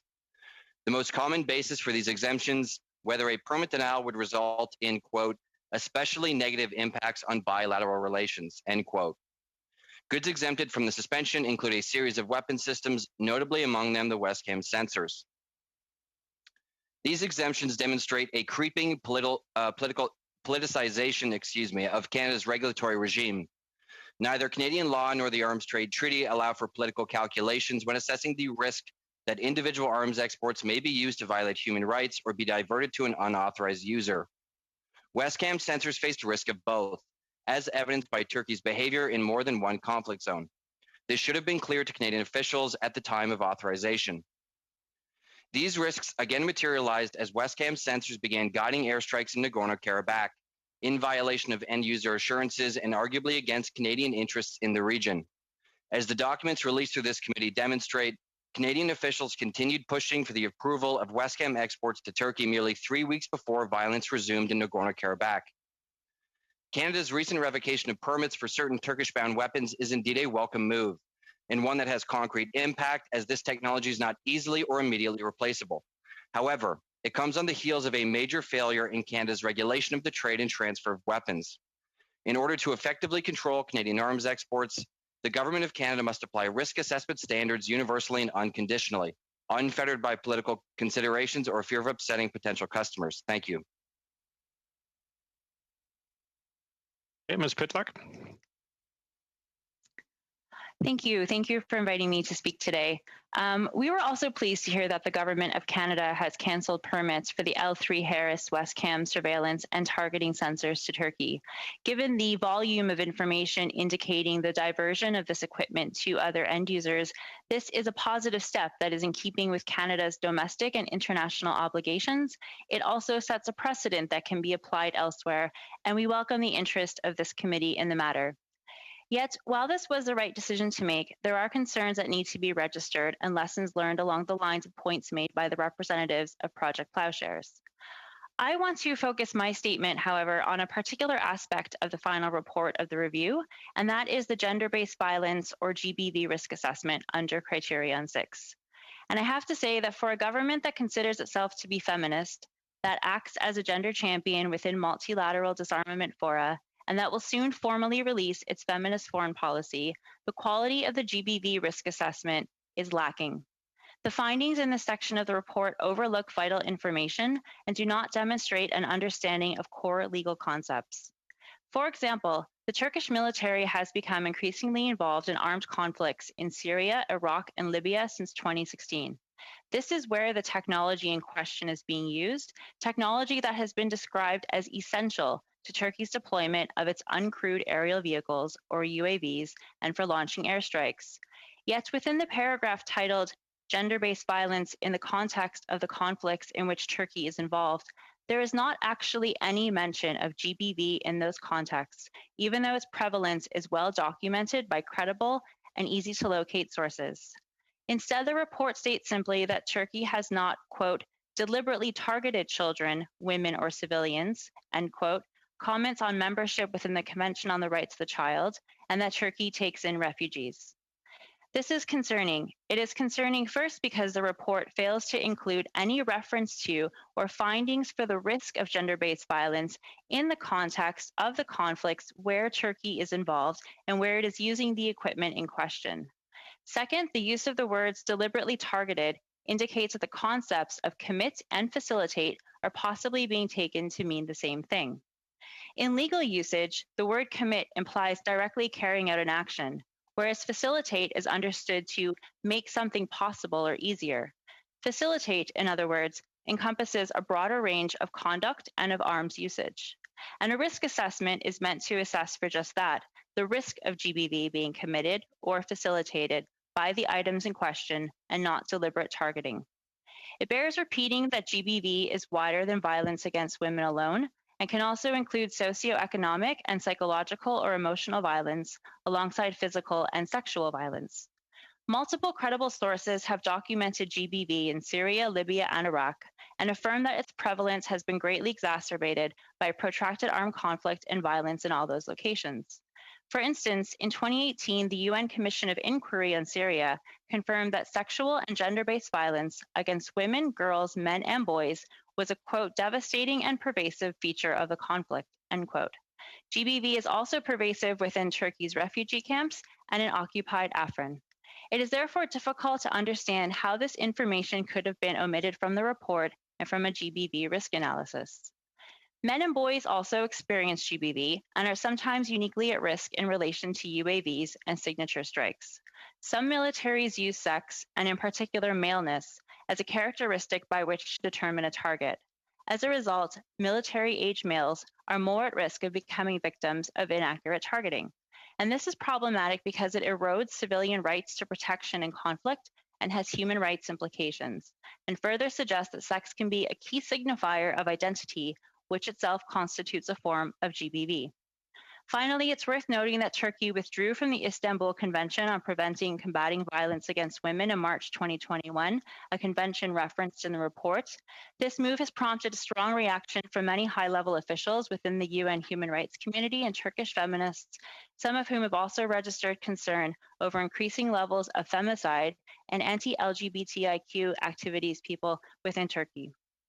And the reason why I am making these very specific points is partly in response to the quality of this particular assessment, but more broadly to offer insights that can hopefully improve the quality of future or in-progress GBV risk assessments, such as in relation to Saudi Arabia as one example. And I guess that to close, I would just point out that it is anticipated that our foreign minister will formally launch Canada's feminist foreign policy in the coming weeks. And in order for us to have credibility as a feminist country, we need to, at a minimum, do more to prevent GBV at home and abroad, but we also recommend bolder action in the context of Canadian arms transfers and military relationships writ large, because equipping and emboldening aggressive militarism is fundamentally incompatible with a feminist approach. Thank you for your time and attention, and I look forward to your questions. Thank you so much. Merci beaucoup. Monsieur Bergeron, est-ce que vous avez un point d'ordre? Mr. Borger, do you wish to make a point of order? Yes, with permission, I would simply like to say hello to my former colleague, Mr. Daniel Turp. I see that he will have to leave in 3 minutes, so I won't have an opportunity to question, but it was a real pleasure it would have been a pleasure to have been able to question him. And I know that this is an issue of importance to both him and myself, so I'd like to thank you for letting me do this. Thank you. Thank you, Mr. Bergeron. Consists of 4 sets of interventions of 6 minutes each, and leading us off will be Mr. Morantz. Go ahead, sir. Thank you, Mr. Chair. Mr. Giammarillo or Mr. Gallagher, I just want to ask you a few questions, but last week we had Dr. Leuprecht here, and he talked about this idea that arms exports are essentially an instrument of foreign policy. In other words, when governments are deciding whether or not to issue arms export permits, one of the things they'll look at is it in their foreign policy interests. And he said that this comes into direct conflict with the idea that Canada has international obligations as well around international humanitarian law, and to make sure there's a risk assessment process in place that guards against violations of those laws. I'm wondering if you agree with Dr. Leuprecht's idea, and if you could comment on it. Thank you for that question, Mr. Morantz. With respect to Mr. Leuprecht, I wholeheartedly disagree with that notion. Export controls are very well defined, especially contemporary export controls are very well defined, and they are meant to reduce risk and reduce human suffering. And the equation really does not allow for political considerations, penalties, jobs, or any extraneous arguments. This is a very simple equation. If there is a risk of misuse, one should not export, especially if Canada holds the position that we have some of the strongest export controls in the world. There is an alternative. There is an alternative, and that is to overlook risk and for profit or for other reasons. But then we would have to change the narrative that we have some of the strongest export controls in the world. Perhaps we could overlook risk and say we have okay export controls or mediocre export controls.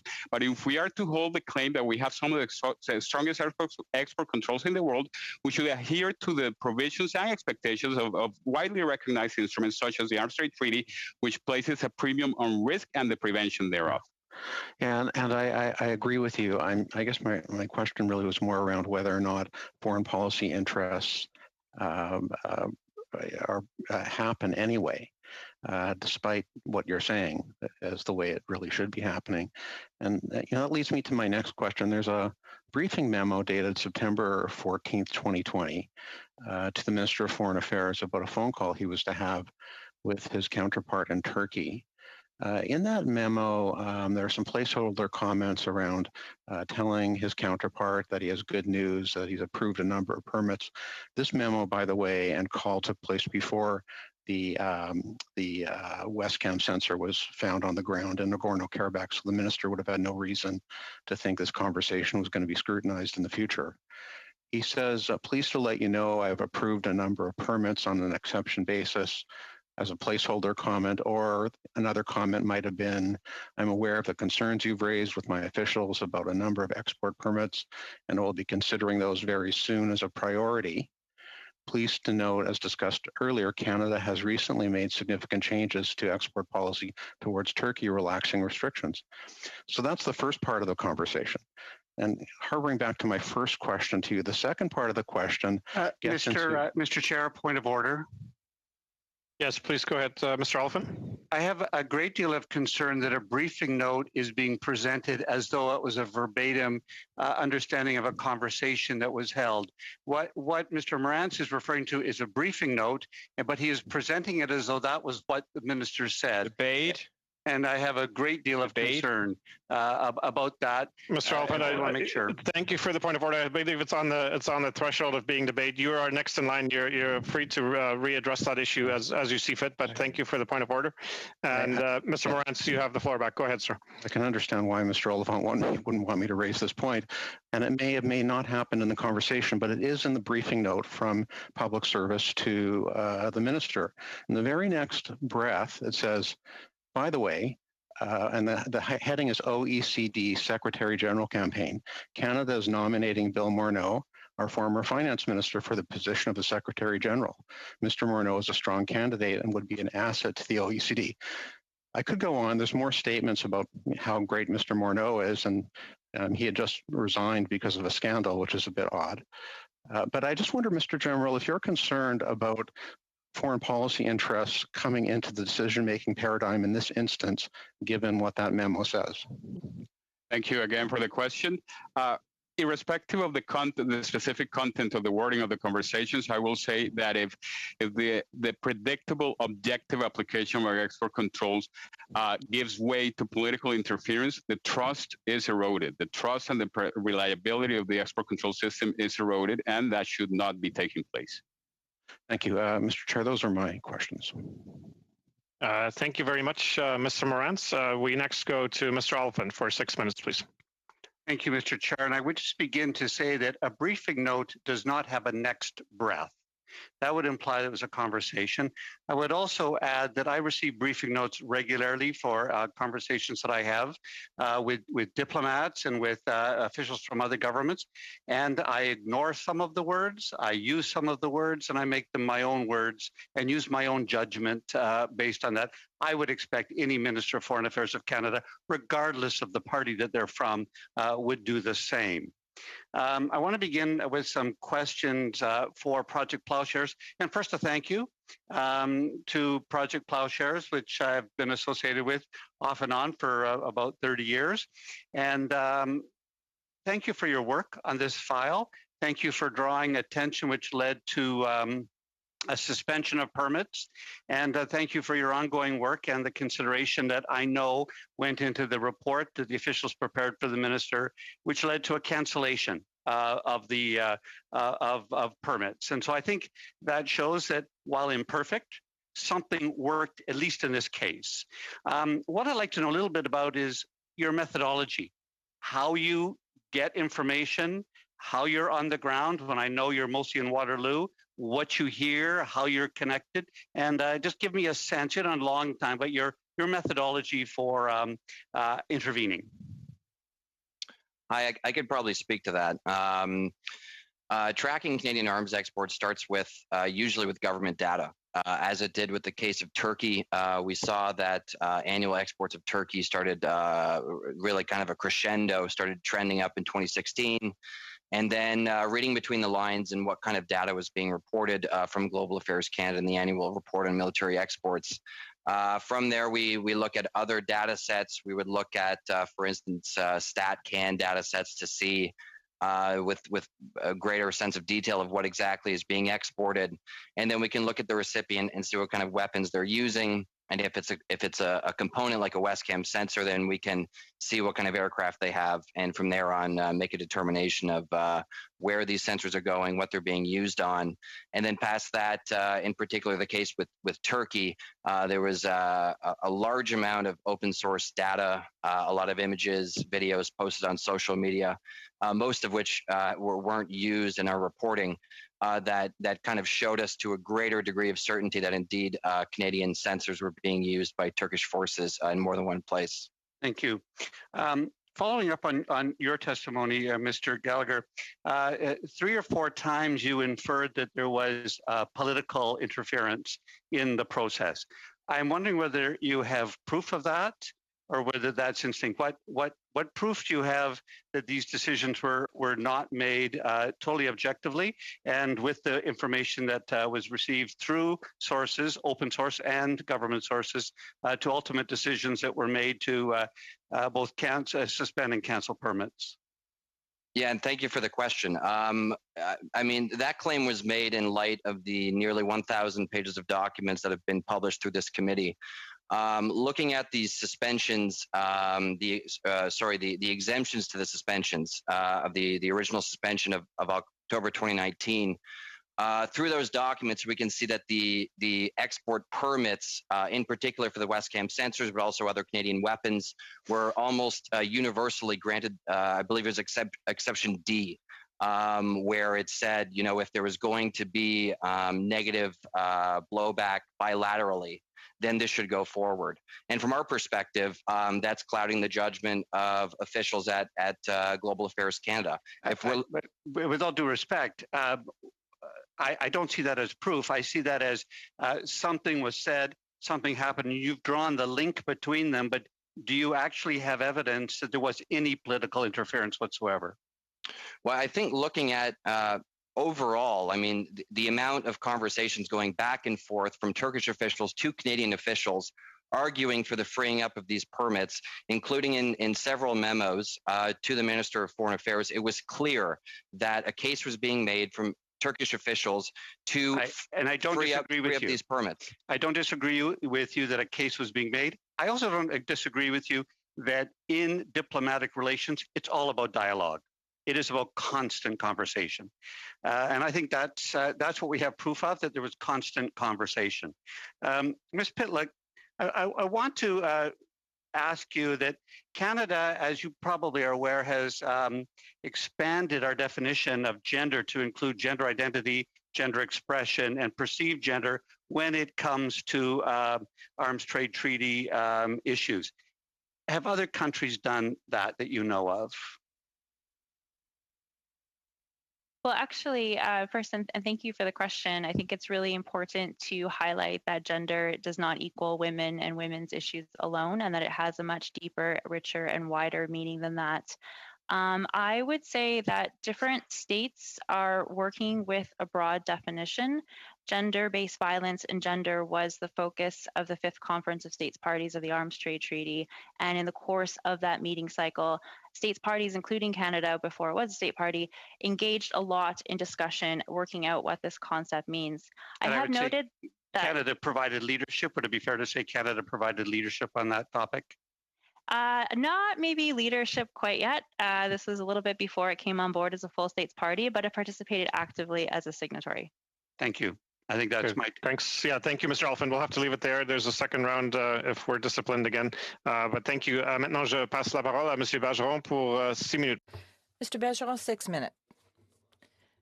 2 comments, Mr. Chair. And thanks, first of all, to our witnesses for participating in the work of this committee. Their testimony is very relevant and useful. My first comment is I would have liked to have asked my former colleague a question, Mr. Terp, about this double standard that Canada applies for arms sales to Saudi Arabia and to Turkey. Mr. Morantz raised the issue that we had asked Mr. Leubrecht some questions about this. I did myself. I asked him about this double standard, and to my great surprise, he didn't seem to see any double standard there. But I would have liked to have asked this question of Mr. Terp. I'd also like to go back to the question put by Mr. Oliphant about the way that Project Plowshare did its work. A former witness talked about that Global Affairs doesn't have the resources to really do verifications properly. But there are no verifications being done either upstream or downstream, and Project Plowshares, which has fewer resources, have managed to shed light on this issue pertaining to the use of drones equipped with Canadian sensor equipment in Nagorno-Karabakh. In December 2019, a group, UN expert panel on Libya, said that Turkey, and I quote, regularly provides arms to actors in the conflicts, particularly Canadian arms. So Turkis was able to take advantage of the loopholes in the Canadian regime to get their hands on this arms. This was very harsh judgment on the part of the United Nations, and Global Affairs says that it has the most rigorous arms control regime in the world. How does that jive?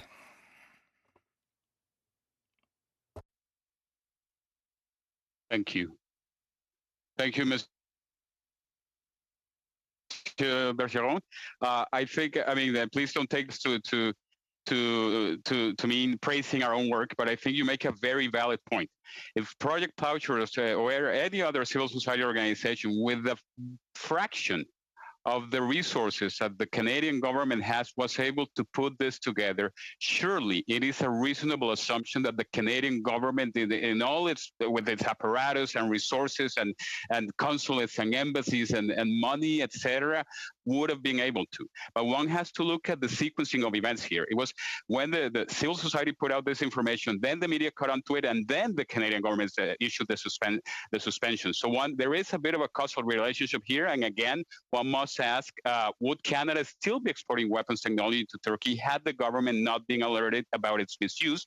And secondly, related to this, does the government need to be alerted externally about the use of the exports it is authorizing? And just to add to that, if I may, I believe past witnesses have brought this up. But yeah, building on what Canada has now, a good addition would be some regime of post-shipment verification. So other countries that have done this recently, I believe it's Germany and Switzerland, and they have found their arms being misused, including small arms, which are frequently fall victim to diversion. So this is something that Canada could look at implementing, and we do think should look at implementing. And it's not a radically new idea. We can talk to allies and figure out how they've implemented it, and move forward with tracking Canadian weapons. On top of that, I would echo the sentiments of my colleague Cesar in saying that Global Affairs Canada should act to be more proactive. Mr. Bergeron, you correctly bring up the report from the UN panel of experts on Libya and the situation in 2019. Why or how Canadian officials were not aware of that report, and were not aware of the fact that Turkey was sending TB2s to Libya in violation of the UN arms embargo is beyond us. On top of that, again, we now know due to these documents that have been released that Canadian officials knew that these sensors were being used on TB2s at the time. Again, that's the Turkish drone. So really, officials should have put two and two together and found out, at least come to the conclusion that there was at least substantial risk that Westcam sensors were being diverted to Libya. However, they didn't, and we would chalk this up to more of a reactive approach rather than a proactive approach. Malheureusement, il ne reste que 30 secondes. Unfortunately, I only have 30 seconds left. I'd like to go back to a question. I'm not able to ask the question I would have liked to have, but I'd like to ask Ms. Picklem a quick question. One of the arguments that we often hear is that drones enable us to do more targeted attacks, more surgical attacks on military targets as opposed to targeting civilians. Do you feel that this is justifying this sales of equipment for drones? Is there time to respond? Yes, please, just briefly. Okay. Yes, I know that is the idea of drones and drone technology. I would say that that's not been the practice. If you look at civilian casualty reporting done particularly by a group called Air Wars, you'll see that the vast majority of casualties are actually civilians, and they attribute that because of poor intelligence and poor targeting practices, which, as I was trying to illustrate in my example, sometimes you just see a military-age male and assume that it's the combatant that you're looking for without going a little bit deeper and seeing if it's actually the target that you want. And the result of this is that there are a lot of unintended civilian casualties from drone strikes. Thank you very much. Merci beaucoup, Monsieur Bergeron. And now we will give the floor to Mr. Harris for the final intervention of 6 minutes. Please go ahead, Mr. Harris. Thank you, Chair. First of all, thank you to all of our witnesses today, and including Dr. Turp, who's now moved on. First of all, Mr. Jaramillo or Mr. Gallagher, but either one. I'm a little bit confused, and perhaps you can help me here. The assertion was made that, and both of you have praised the government for canceling permits to Turkey, but I'm not certain the extent of that cancellation. And of course, we do know that they're going to be granting permits or dealing with the assessment of permits on a case-by-case basis go forward. So we'll deal with that later. But I'm concerned about what exactly was in fact canceled, because in a briefing note, and this is a briefing note prepared by Global Affairs Canada for Minister Champagne's discussion with the Turkish Minister of Foreign Affairs following the October 5th, 2020 suspension of certain arms exports. It emphasizes that the decision affected, quote, those export permits related to the conflict in Nagorno-Karabakh, unquote, and that no other permits had been suspended. So only those related to Nagorno-Karabakh had been suspended on October the 5th. And when the announcement made by Mr. Garneau or Minister Garneau in April 12th indicates that on completion of the review, the minister announced the cancellation of the export permits to Turkey that had been suspended in the fall of 2020. And that seems to me to indicate that the only permits that were actually canceled were any ones having to do with Nagorno-Karabakh, and I think there was some indication in the documentation that we've seen that there were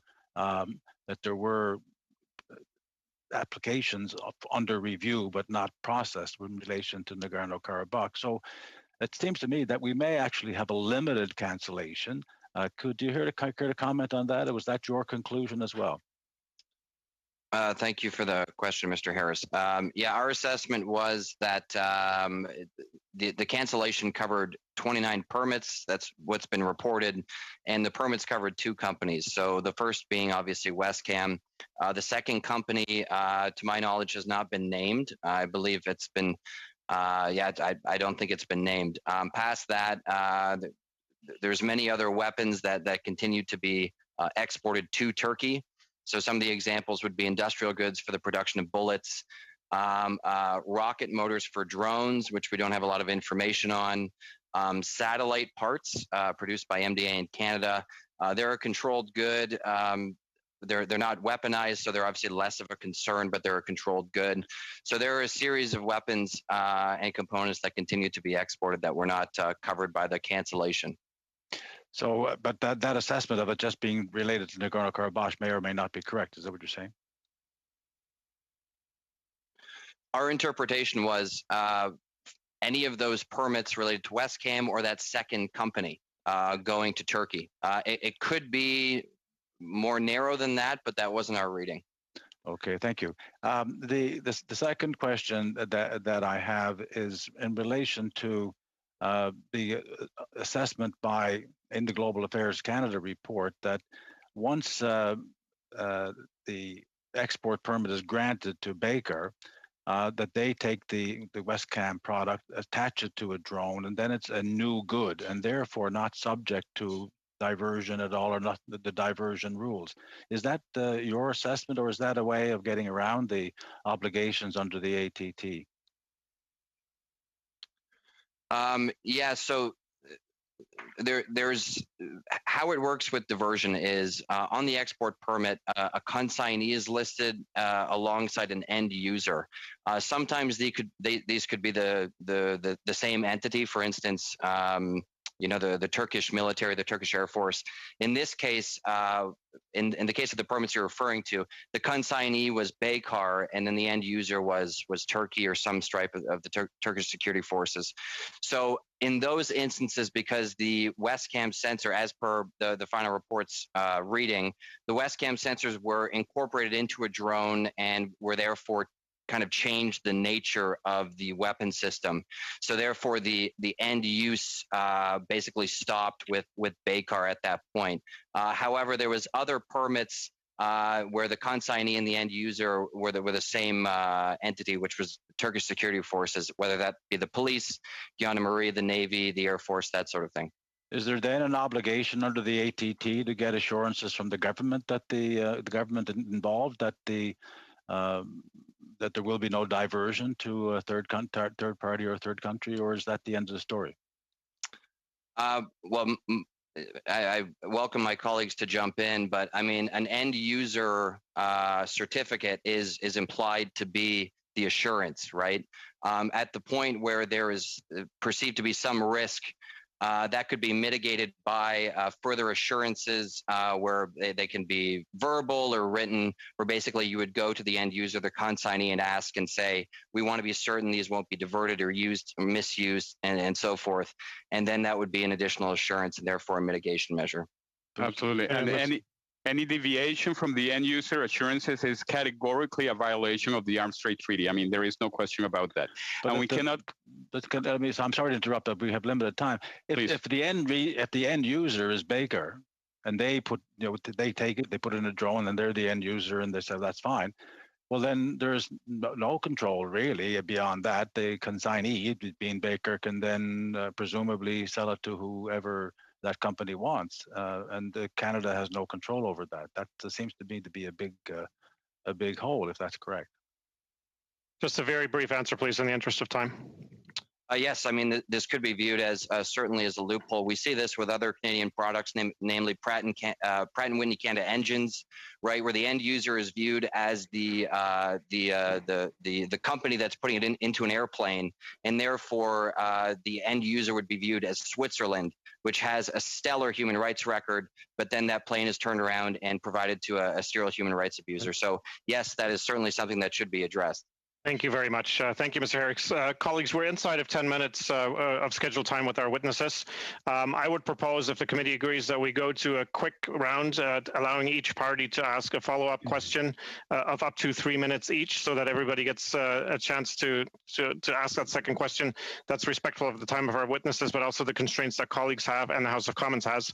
If we're okay to proceed on that basis, I would go ahead and ask Mr. Chung to lead us off with a brief question and answer follow-up. Thank you, Mr. Chair. I just want to follow up on what Mr. Jaramillo has talked about his view that no political consideration should come into play when evaluating these permits, the application for these permits. And I just want to note that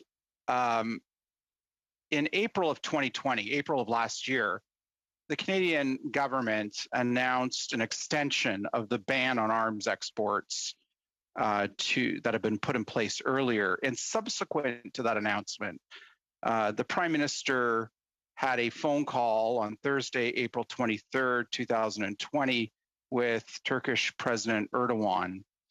Now, the Prime Minister's readout made no mention of any discussion of arms exports during that call. But there were plenty of reports outside of Canada from reputable news organizations that indicated the arms export ban was discussed.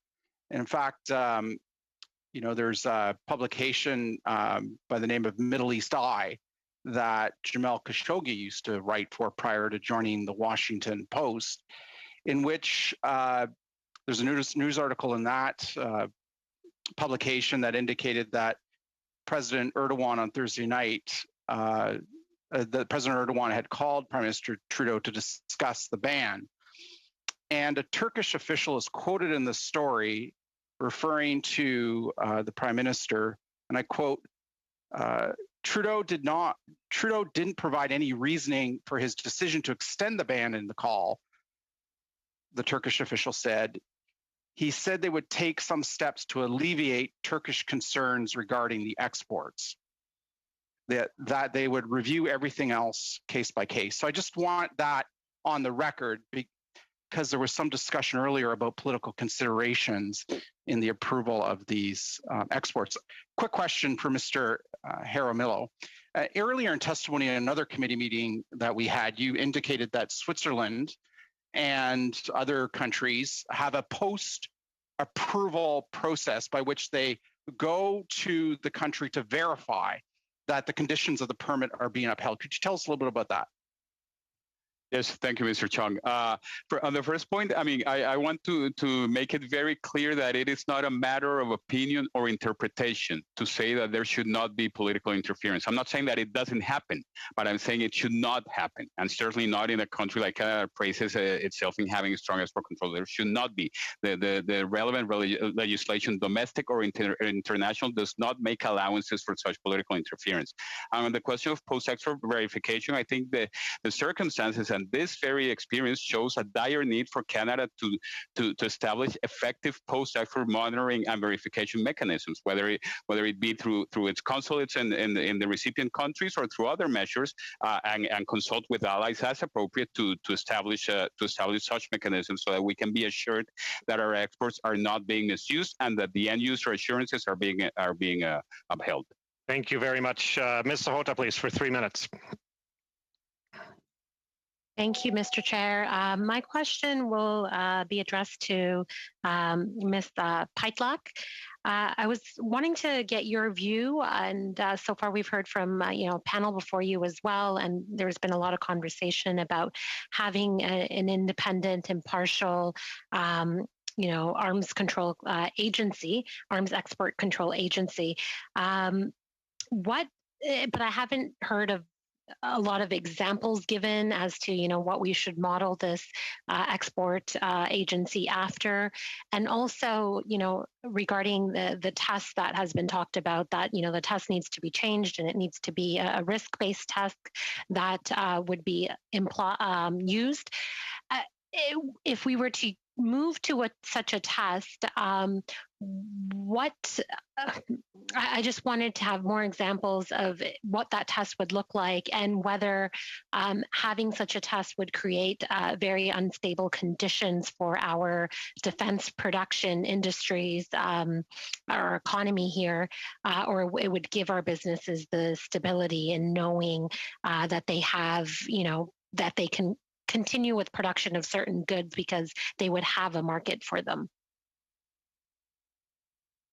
Very good questions. Well, on the question of risk, this is the language of the Arms Trade Treaty. The treaty says overriding risk, but I know that the Canadian government uses serious risk. Other countries use clear risk. This has actually been a subject this week at the Arms Trade Treaty meetings that have been taking place intersessionally, is sort of unpacking and comparing how different states parties understand and use these different terms across their own implementation of the treaty. So the risk criteria is already there, and I think maybe sometimes it's easy to forget that in looking for the certainty of what will happen with the item in question.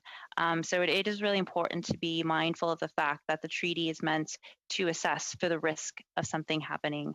And I do think that the more states parties to the ATT can engage with one another and provide examples on what that looks like when they've made denials based on risk, it helps to build international understanding around what that looks like practically. And that might help to give some of the certainty that you're speaking to those who are concerned. I completely agree that parliamentary oversight or some other independent oversight mechanism would be a really good route to go down in Canada and elsewhere. I think that it sort of speaks to some of the concerns that Cesar and Kelsey have raised around possible politicization of processes and arms transfer decision making.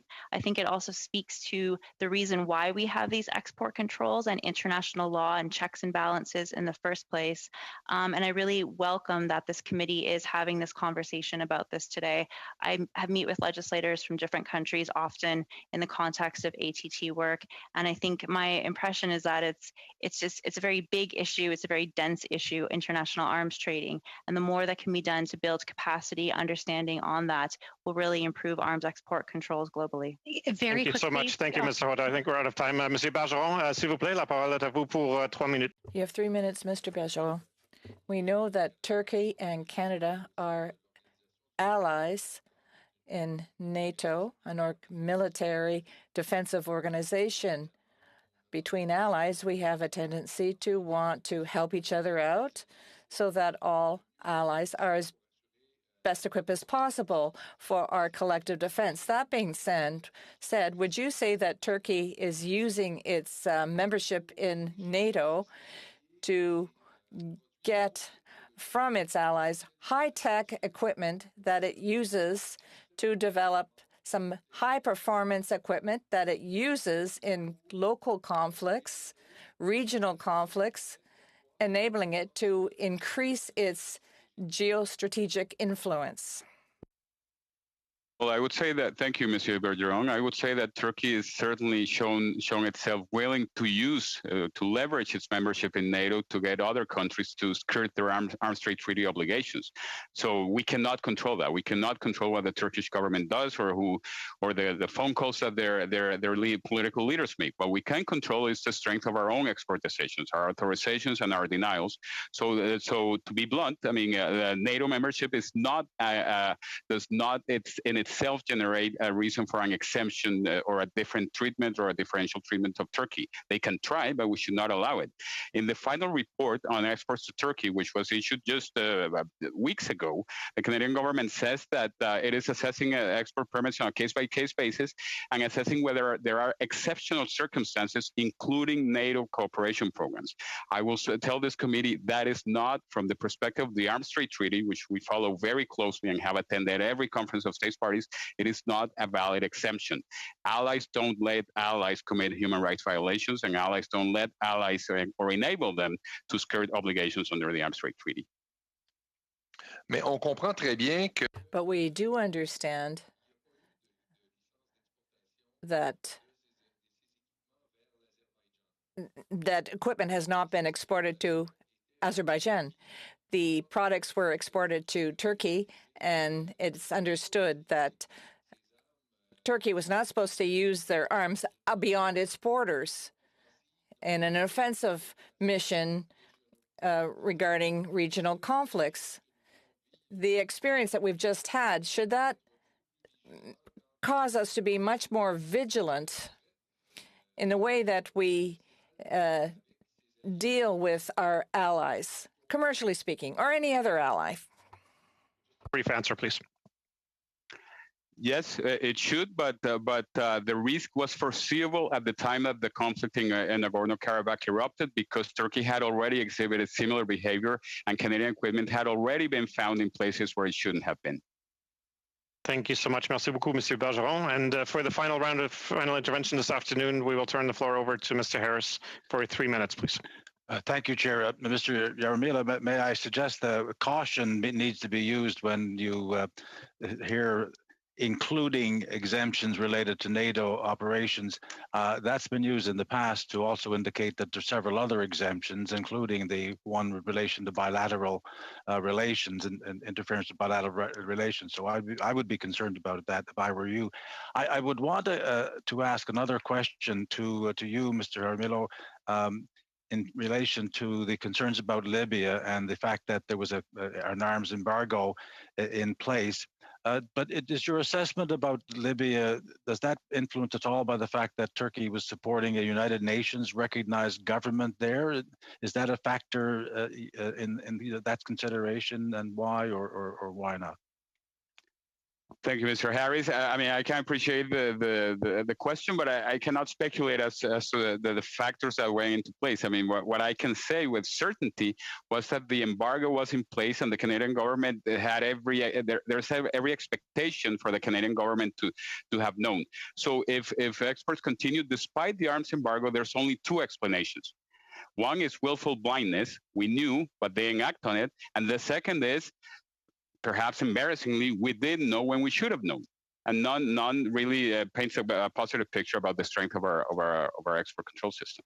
And that you're still asserting that makes Canada in violation of the arms trade, the arms embargo as well.